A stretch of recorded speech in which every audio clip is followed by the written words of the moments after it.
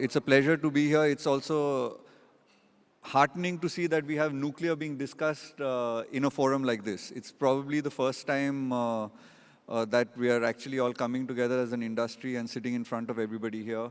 The speakers are from various backgrounds. Kris Singh, the CEO, founder, chairman of Holtec, is somebody who went from India and built a successful nuclear business sitting out of the US. Ted is someone who, we've known each other for nearly 20 years now, I would say, because in the first run of when the nuclear sector was opening up and there was collaboration with the United States, Ted brought his first mission of over 60 companies from the US in 2006. We're still there to see a lot of success come through as yet an actual business happening, but I think it's heartening that the budget spoke about this, and Ashwin is here to talk about fusion when we move forward. But my first opening remarks, I would request, Kris, if you could tell us, how you built Holtec and the ecosystem that enabled you to build the business of Holtec sitting out of the US that spread across the world, across multiple jurisdictions. And I know that you now have manufacturing in India as well. If you could shed some light on what are ecosystem enablers for the nuclear sector to actually develop in a country.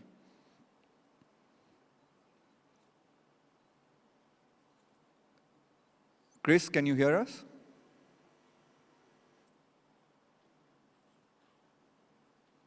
Okay, maybe we can start with Ted, who also has membership from around the country, and different countries around the world. On how do you see ecosystem development and what are models that India could look at to increase private participation and an opening up of the market? Well, it's a very timely question since India seems to be considering private sector participation in the nuclear energy sector. The United States is one of the few countries in the world that has had private sector leading in the nuclear energy sector from the beginning. The invention of the commercial technologies was by General Electric and Westinghouse with the boiling and pressurized water reactors many, many decades ago. And since then, the U.S. has a very large ecosystem that includes a lot of public-private partnerships. And internationally, we have been very comfortable working with both governments and private industry. I think the U.S. has a pretty strong record of industrial partnership with technology transfer and localization and even standing up new nuclear industries that in some cases have become rivals in their own right. So I think India, with its dynamic private sector, has a huge possibility to deploy nuclear in different areas as it's required today. And I think there's a lot of companies in the U.S. who would be interested to explore partnerships. So widen the momentum that we built up that led to the 123 agreement and thereafter, the liberalization in terms of the partnership and legislations in both countries that enabled India to firstly become the first nuclear weapon state to actually get a lot of waivers and to be able to participate in international civil nuclear commerce. Not actually concretely have new plants being built, technology being transferred, capital moving across these countries? Yeah, that's a good question because it was 2008 when the U.S.-India Section 123 agreement was concluded. And so that's a long time ago. We could have built some nuclear power plants by now. I think a big hindrance was the policy on liability that was implemented 15 years ago in 2010. This just introduced some deviations from international norms, and U.S. companies and other private sector companies as well were just a little unwilling to do something that they don't do anywhere else in the world. But there does remain a great interest in partnering in multiple dimensions here in India. And I think that with consideration of reforming some of these policies, you could see finally this potential realized. So the speech of the finance minister recently when talking about the budget, it was very clear that she put it out on the floor of Parliament that there is going to be amendments to both the Atomic Energy Act as well as the liability law. What would you like to see, quick few points on what you would like to see in those amendments if, and I will say that you represent more than just US industry given that the Nuclear Energy Institute has membership from Europe, Japan, etc. And it's also been the liability has been one of the hurdles that the French have also not participated. And the agreements of what was previously Arriva and then EDF to build in Jaitapur has actually not moved forward, even though there was a revised agreement between NPCIL and EDF in 2018. And I can say, having chaired the Civil Nuclear Liability Committee on the Indian side, that there are Indian companies that have also been hesitant to move forward. So what are the top things that you would like to see as part of that change? Well, you're correct. The Nuclear Energy Institute is based in Washington. We're mostly U.S. companies that own, operate plants, design plants, service them across their lifetime. But we have more than a dozen countries that belong to NEI. And what I hear is it's not that complicated. Really, there's an international practice on nuclear liability that the IAEA has modeled, and I think conforming to that is really the main thing. I would say that U.S. companies in 2025 have a lot of opportunities in the world, and they have for so long not been engaged in India that it probably needs to be something very effective to remind them of what brought 60 executives on that first trade mission. And I think that would definitely come back. Okay, I'll shift gears slightly and come to you, Ashwin. I know you're the India CEO for a Japanese startup that's working in fusion. I think for those of us in the room, could you do a fusion for dummies and let us know, what's the breakthrough that's recently happened on the fusion side where people are now thinking about the fact that there could be a shift in technology over the next 10 or 15 years to actually realize things. Oh, and I see that Kris has been able to also log in, but go ahead, Ashwin, and then we'll come to Kris right after. Cool. So I'll give a quick intro of what is fusion for dummies, as you mentioned. Fusion is the reaction where two small atoms come together and form a bigger atom and release a lot of energy. That's the reaction that powers the sun, that powers all the stars for millions of years. That's what a lot of private companies are trying to create on Earth to solve the climate crisis and energy crisis in the world. This has been happening for the last about 75 years. Research started in the 1950s in the US. There were 2-3 major changes that has led to a lot of hype about it, a lot of chatter about it. First one happened in 2018 when a lot of research from MIT's Plasma and Fusion Research Lab spun off as a private company with a lot of funding from the private sector. That majorly changed the gears for the industry because that showed the world that the industry is much more closer to commercialization because private money was willing to back private or fusion research. That was one. Second, the same company has recently, about a couple of years ago, released the strongest magnet in the world, which enables fusion power to move forward. Thirdly, on a fusion level, we have a US national lab in the US has achieved parity. What I mean by that is to create fusion, you have to put in a lot of energy because you have to bring in atoms together and then merge them. On that level, the US lab has achieved parity, implies they consumed X amount of energy and released 3X energy. And as we move forward, this is where we would eventually be able to create a power plant which can power the world. Got it. Thank you, Ashwin, and welcome back, Kris. I hope you can hear us loud and clear.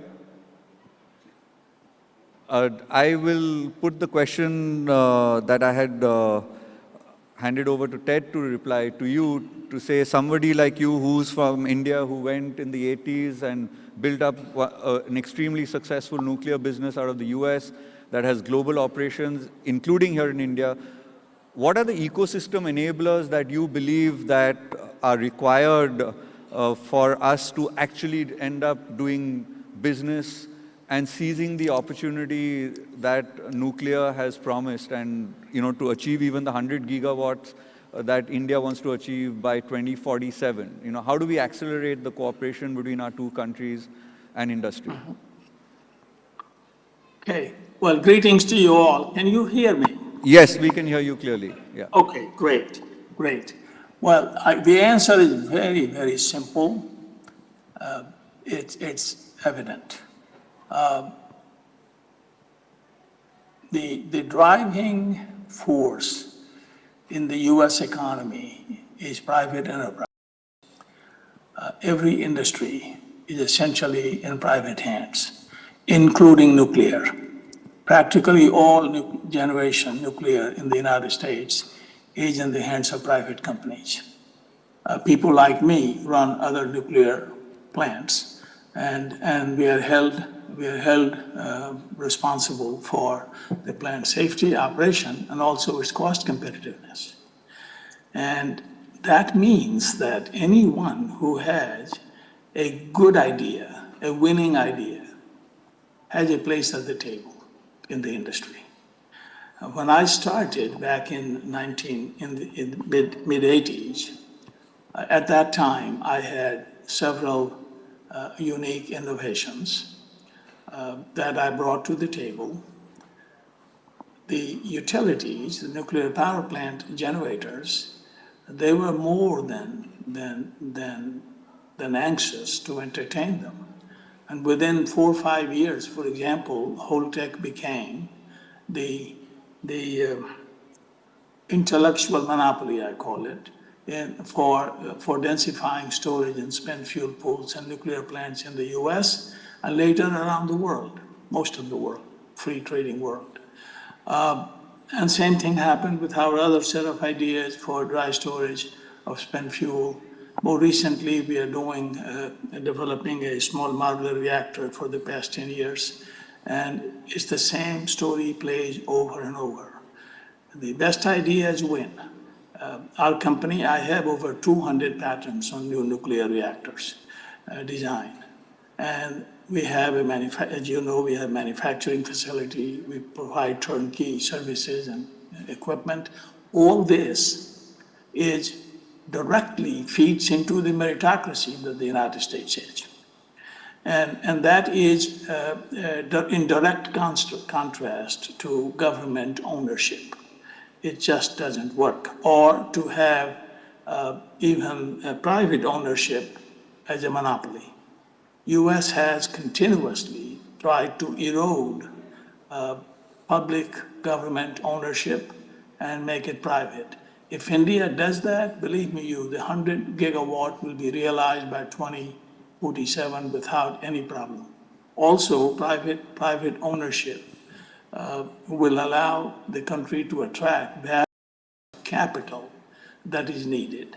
So let the marketplace do its magic and just free the country from the government direct ownership of the nuclear industry. Nuclear is no different than any other industry today. Our small modular reactors, even if you try to sabotage them, it's not going to produce a radioactive nuclear cloud. It's a walk-away safe reactor. So why treat nuclear in a special category and keep the government in full charge of it? Why not open it up? And that is my lesson in over past 54 years that I have been in nuclear. That's my lesson learned. And that's my wisdom received, if you will. Okay. No, thank you for that, Kris. And I mean, I think there is a public fear here, and if we were to go by the statements of the government, there are certain strategic sectors where they won't maybe go to 100% privatization, but there is a likelihood that we may see a joint venture model happen, or we could possibly see liberalization as far as SMRs are concerned. And would that be a model that could still attract private capital and technology, where we see an initial few steps on joint ventures between the public sector and the private sector, and step-by-step build up to complete private sector ownership over nuclear generation plants? Yes, there is some wisdom in it to go slow and not to make a radical change overnight. SMR is a perfect place to do this because, as I said, the criterion for admitting an SMR in India, technology in India, should be that it be walk-away safe, because that will give public the confidence, that will give the capital requirement also, as you know, is not as large as it is for SMRs. So it will allow private capital to flow in, get some plants built, and then we, in a well-measured way, open up the market to larger private ownership as the government hones its control. How you control an industry without actually running it, that's the secret sauce here. Okay. How do you do it? So that will take time, and that's okay. But we got to move. The world is not standing still, as we all know. And in the SMR world, there is international competition. I would expect that aggressive rising economies like China will offer SMR at India's doorstep. Countries that are what people call the Indosphere. There will be efforts to sell SMRs. If India doesn't provide one, others will. Got that. And that is not going to be good for India's geopolitical situation. Understood. Quickly, Ted, since we're running out of time, where do you think the opportunity lies for India to actually take advantage of the renewed interest in nuclear energy? Because you've seen all the big tech guys, Microsoft, Amazon, Google, all coming in to invest into that. Where is that play that India could actually participate in and make a difference? Yeah, the only impediment there, other than private ownership, is the liability, nuclear liability. And that is the only impediment that keeps foreign companies from investing. And I tell people it's the Bhopal experience, which is a sad and horrible tragedy. But realize that the total loss, damages paid in Bhopal were less than $500 million. And that was a massive tragedy. Nuclear plant accidents in the Western world have not caused any such level of human tragedy. Actually, we haven't had a human fatality directly from the nuclear accident. So to have this unlimited liability, and add to that the fact that the SMRs are, unlike large reactors, are walk-away safe. Most of them, not all. They're walk-away safe.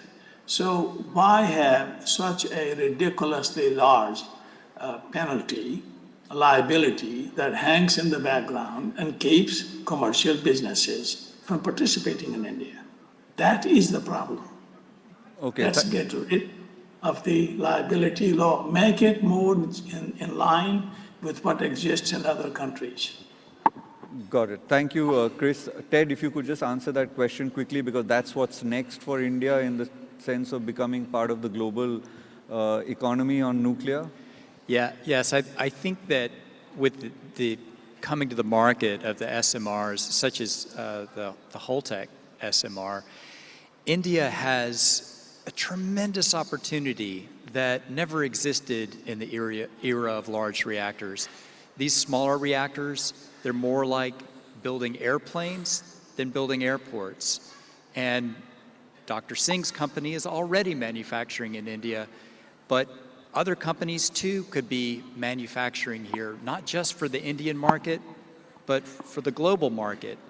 And I think that US companies need Indian partnership. I think together we can produce these reactors to countries that need them, not just India, but even the United States. The Nuclear Energy Institute polls our utility members, and they tell us they need 100 gigawatts of new nuclear by the 2050s, new nuclear, in addition to extending the operating life of existing plants. That's makes the US one of the biggest markets in the world. But our supply chain can't meet that, not in the United States. So we need India to help us in the United States, and as well as here and around the world. It's a huge potential for partnership, not just in supply chain, but in investment as well. And I think that it's a bright future if we could just sort out these policy barriers that Dr. Singh referred to. Okay, thank you, Ted. Okay, Ashwin, quickly in under 15 seconds, what should we be doing to boost the fusion piece as India? Because I remember there are now, a few years ago, there were 1,000 people working, now there are 4,000. There's one startup out of India that's been funded. What do we need to do next to drive fusion research? I think it's very simple. We need to participate. India as a country is not participating in fusion, and that's all we need to do. Just be there, just be present on the stage, global stage, if not global, at least local stage. We have talent, we have research, we need direction. As the private sector, we need certain direction from the government, and that's all I would say. Just participate in fusion, because that, I think it could be the biggest contributor to Viksit Bharat in 2047. And that's what I would say. Just participate. So you would say academia, private sector, government just participating in what's going on globally in the fusion industry? Exactly. But majorly from a government perspective, because we don't have clarity if what the government is looking at. Got it. What are they looking at for next 10 years, 20 years, 25 years from a fusion perspective, specific. Okay. Thank you. I think we are over time. Dr. Singh, thank you for joining us from the US. Look forward to you leading the charge as well, as part of the diaspora on bringing India into international nuclear commerce. Thank you, Ted. Always a pleasure to be chatting with you on what India should be doing along with the US and other countries. Thank you very much for being patient listeners. And we'll end the session here. Thank you. Thank you. Okay, bye.